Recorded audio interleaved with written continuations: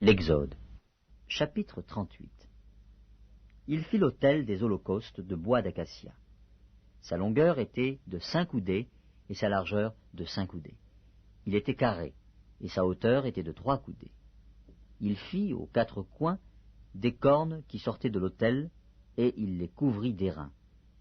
Il fit tous les ustensiles de l'autel, les cendriers, les pelles, les bassins, les fourchettes et les brasiers. Il fit d'airain tous ses ustensiles. Il fit pour l'autel une grille d'airain, en forme de treillis, qu'il plaça au-dessous du rebord de l'autel, à partir du bas, jusqu'à la moitié de la hauteur de l'autel. Il fondit 4 anneaux, qu'il mit aux 4 coins de la grille d'airain, pour recevoir les barres. Il fit les barres de bois d'acacia, et les couvrit d'airain. Il passa dans les anneaux, aux côtés de l'autel, les barres qui servaient à le porter.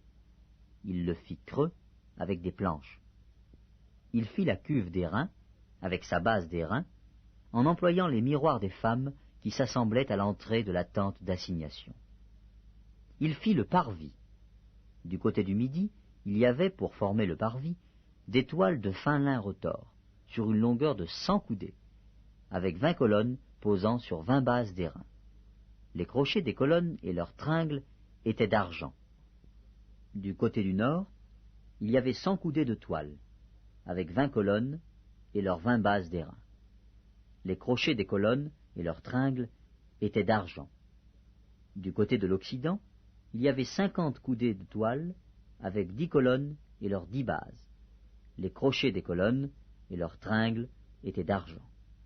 Du côté de l'orient, sur les 50 coudées de largeur, il y avait pour une aile 15 coudées de toile, avec 3 colonnes et leurs 3 bases, et pour la seconde aile, qui lui correspondait de l'autre côté de la porte du parvis, 15 coudées de toile, avec 3 colonnes et leurs 3 bases. Toutes les toiles formant l'enceinte du parvis étaient de fin lin retors.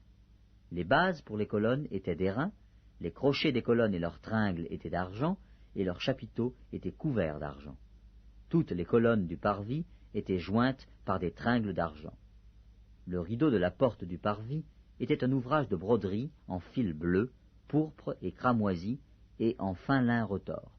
Il avait une longueur de 20 coudées, et sa hauteur était de 5 coudées, comme la largeur des toiles du parvis. Ces 4 colonnes et leurs 4 bases étaient d'airain. Les crochets et leurs tringles étaient d'argent, et leurs chapiteaux étaient couverts d'argent. Tous les pieux de l'enceinte du tabernacle et du parvis étaient d'airain.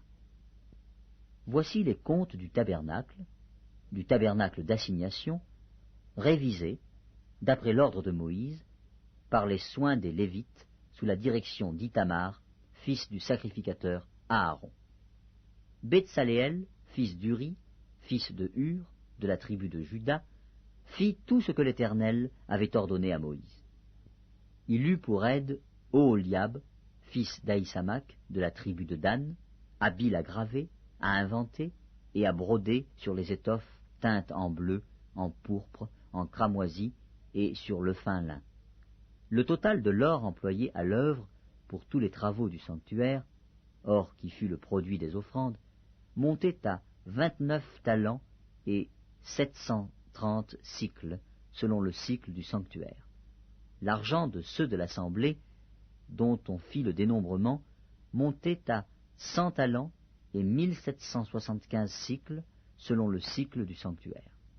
C'était un demi-cycle par tête, la moitié d'un cycle, selon le cycle du sanctuaire, pour chaque homme compris dans le dénombrement, depuis l'âge de 20 ans et au-dessus, soit pour 603 550 hommes. Les 100 talents d'argent servirent à fondre les bases du sanctuaire et les bases du voile, 100 bases pour les 100 talents, 1 talent par base. Et avec les 1775 cycles, on fit les crochets et les tringles pour les colonnes, et on couvrit les chapiteaux.